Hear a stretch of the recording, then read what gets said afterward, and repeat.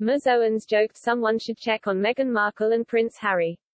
Taking to Twitter, she wrote, "It's been 3 days since Prince Harry has offered another exclusive interview regarding how much he and Meghan hate his family.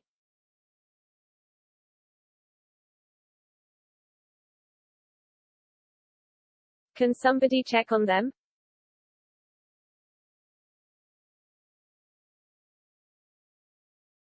This isn't the first time Ms. Owens hits out at the Duke and Duchess of Sussex.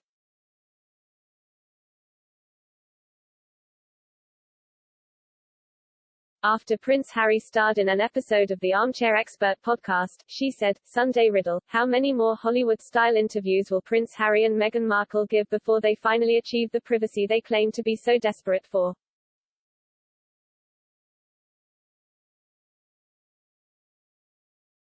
With her latest tweet about the Sussexes, Ms. Owens appeared to refer to the Duke and Duchess of Sussex's recent interviews and public appearances.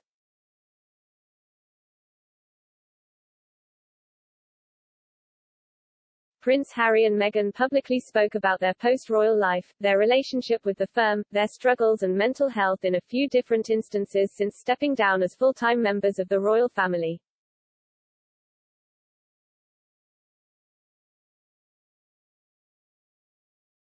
The pair never said they hated their royal relatives across the pond and has been speaking in the highest terms about the Queen.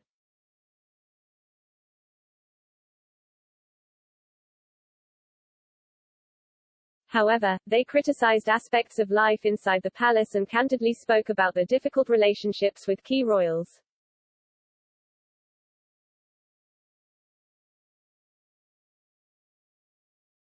While they made a few appearances throughout 2020 either with op-eds they penned or at virtual events they attended, after Megxi they opened up for the first time about their struggles only in autumn.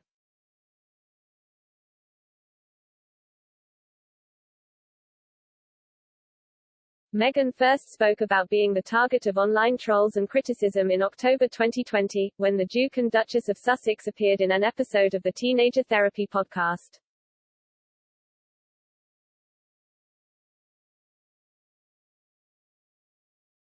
After relaying she was told she had become the most trolled person in the world in 2019, the Duchess said, "Now, 8 months of that I wasn't even visible.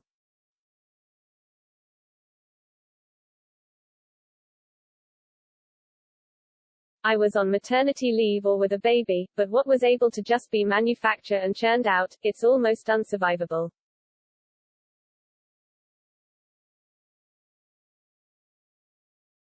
That's so big that you can't even think of what that feels like because I don't care if you're 15 or you're 25, if people are saying things about you that aren't true, what that does to your mental and emotional health is so damaging.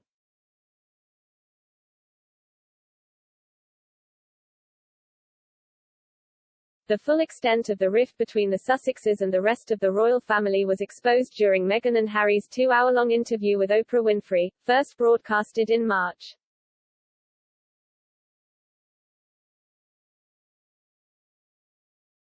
During this landmark interview, Meghan and Harry accused the royal family and the palace of neglect and racism.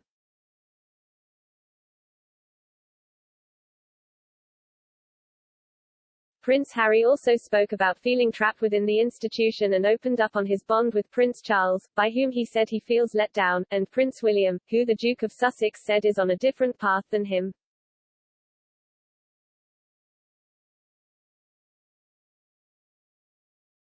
Meghan also recalled an article published in late 2018 which claimed she had left in tears the Kate Middleton in the run-up to the Sussexes' nuptials.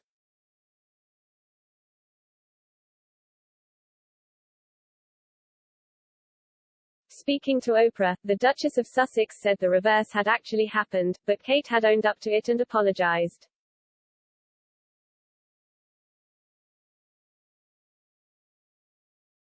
Both Meghan and Harry spoke positively about the Queen, with the Duke saying he has a really good relationship and an understanding with Her Majesty.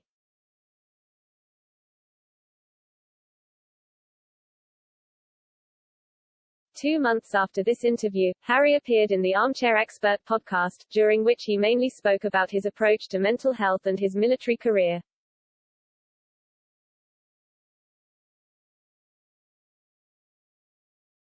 However, he also described living in the royal family as a mix between The Truman Show and living in a zoo.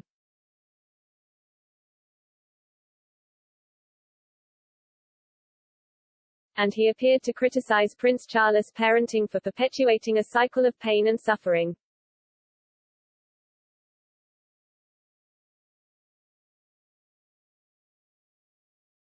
Prince Harry spoke in similar terms during an episode of the docu-series The Me You Can't See, a TV show focused on mental health co-created and produced by the Duke of Sussex and Oprah for Apple TV+.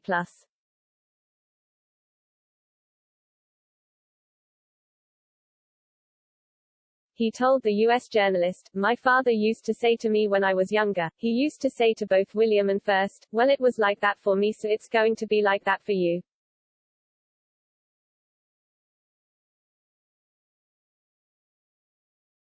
That doesn't make sense. Just because you suffered doesn't mean that your kids have to suffer, in fact quite the opposite.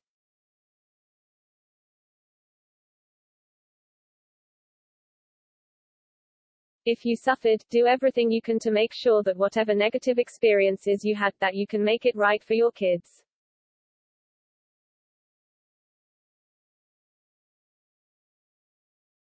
During the TV series, Prince Harry also spoke about how he did not immediately deal with his grief after losing his mother Princess Diana and, in his 20s, turned to drinks and drugs to numb the pain.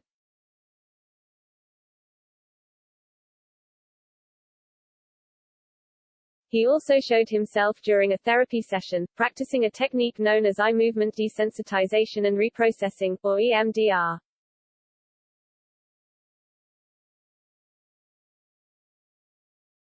And, in a damning allegation, he accused the royal family of total neglect after he asked for help.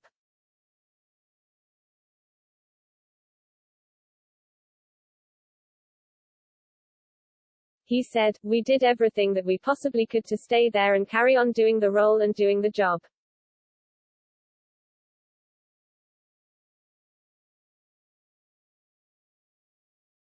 But Meghan was struggling. That feeling of being trapped within the family, there was no option to leave.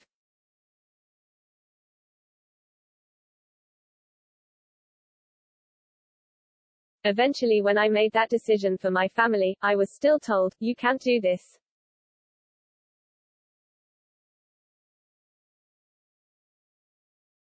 And it's like, well, how bad does it have to get until I am allowed to do this?